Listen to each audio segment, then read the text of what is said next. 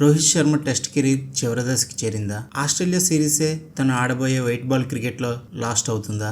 గత కొద్ది రోజులుగా ఈ ఊహాగానాలు ఎక్కువయ్యాయి. దానికి తగ్గట్టుగానే చీఫ్ సెలెక్టర్ అయిన అజిత్ అగర్కర్ ప్రస్తుతం ఆస్ట్రేలియాలో ఉన్నాడు. టెస్ట్ కెప్టెన్సీ భవిష్యత్ ప్రణాళికలపై రోహిత్ శర్మతో మాట్లాడతాడని క్రికెట్ వర్గాలు పేర్కొంటున్నాయి. రోహిత్ శర్మ టీ20 వరల్డ్ కప్ తర్వాత షార్ట్ ఫార్మాట్ కి రిటైర్మెంట్ ప్రకటించాడు. ప్రస్తుతం తను వన్డేలు టెస్టుల్లోనే ఆడుతున్నాడు. 2023-25 WTC సర్కిల్లో ఫైనల్ కి ఇండియా చేరకపోతే రోహిత్ శర్మకి ఇదే ఆఖరి సిరీస్ అయినా కూడా ఆశ్చర్యపోవక్కర్లేదు. వన్డేల్లో వరల్డ్ కప్ వరకు కొనసాగే అవకాశాలు ఉన్నాయి. ప్రస్తుతం రోహిత్ శర్మ ఏజ్ దగ్గర 38 సంవత్సరాలు. తర్వాత WTC సర్కిల్ కోసం కొత్త కెప్టెన్ ని టీమిండియా వెతుక్కునే అవకాశాలు కనిపిస్తున్నాయి. రోహిత్ శర్మ టెస్టుల్లో 67 మ్యాచ్ల్లో 4292 పరుగులు చేశాడు. ఇందులో 12 సెంచరీలు 18 హాఫ్ సెంచరీలు ఉన్నాయి. తన యావరేజ్ 40.87గా ఉంది. కానీ ఈ సంవత్సరం తన యావరేజ్ కేవలం 25.41గానే ఉంది. 14 మ్యాచ్ల్లో 610 పరుగులు మాత్రమే చేశాడు. ఆస్ట్రేలియా సిరీస్ లో ఫస్ట్ మ్యాచ్ లో అందుబాటులో లేకపోయినా 2, 3, 4 మ్యాచ్ల్లో